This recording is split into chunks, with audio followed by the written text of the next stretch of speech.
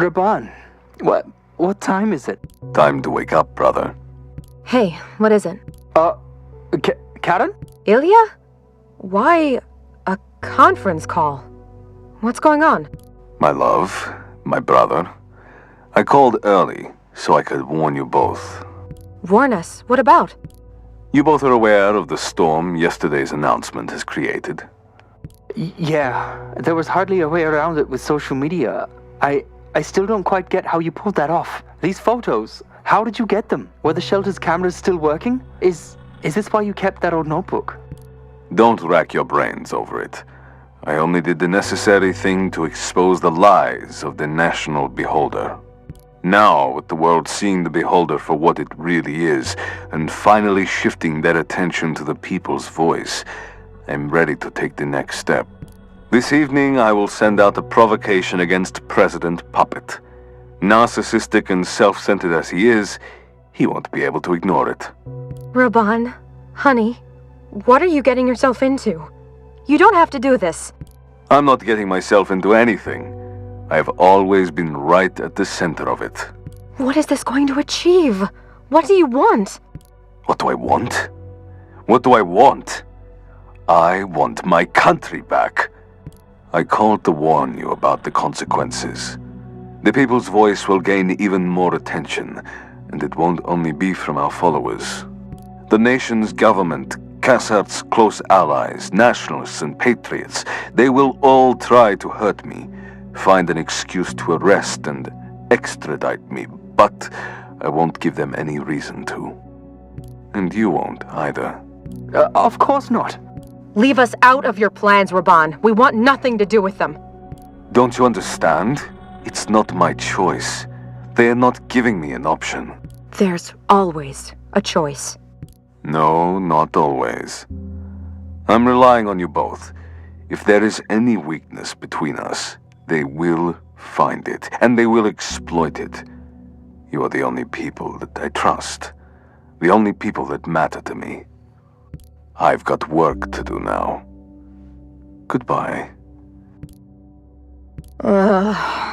Karen, are you... Yeah, I can't. Let's not talk now, please. Okay, in case you do want to talk, though, you know... I do. Bye, Ilya. Bye.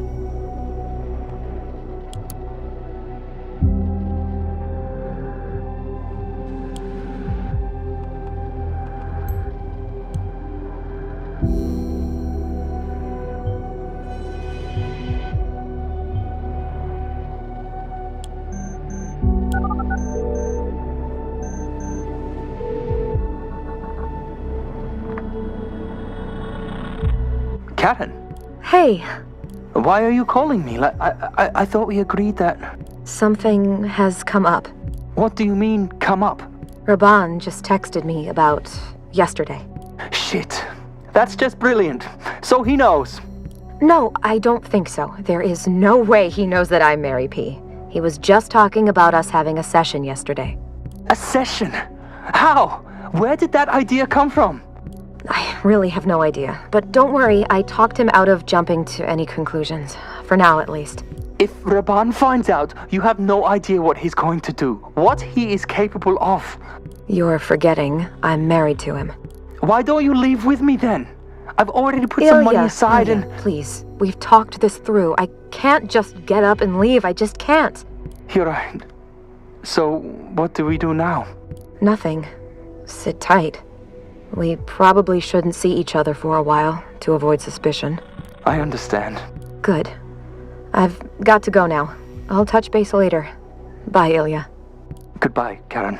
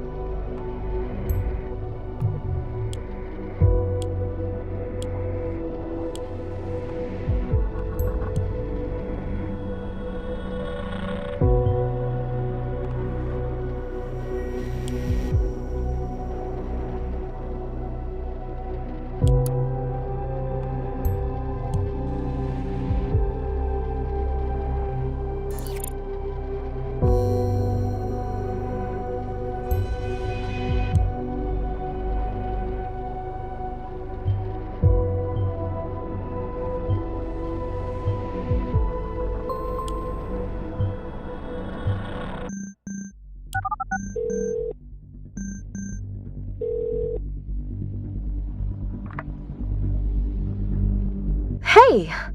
Karen, is there anything you want to tell me? No? Is there something on your mind? Yes, there is, as a matter of fact. I've been sitting here, stewing, wondering how my loving wife could have done this. Could have done what? Raban, what's wrong? Karen, are you sleeping with Ilya? What? Are you crazy? Even when you're caught red-handed, you choose to lie to me, which shows me exactly what you think of me. A fool. Raban, honey, I can... Don't you dare call me honey. How could you do that to me? Both of you. You are not my wife anymore. That suits me fine. Typical Raban. Flies off the handle and won't even listen to my side of the story. You've been so cold, obsessed with your hatred of the nation. For so long now. You've changed. You're always scheming, making plans, writing this hateful stuff. You scare me, Raban. Oh, and instead of talking to me about it, you decide to get into bed with my brother, of all people. For God's sake, Karen, you're a caseworker. Talking about emotional problems is your specialty. You wouldn't have listened to me anyway. It's always you first. Everyone else around you comes second. I guess Ilya just made me feel needed. Truly wanted. You supplied my enemies with the ammunition they have been waiting for. Because of what? A glimpse of lust? I wanted you. I needed you. You didn't. You don't need anyone. Only yourself. I'll be home soon to get my stuff. No, Karen. I'm not letting this end so easily.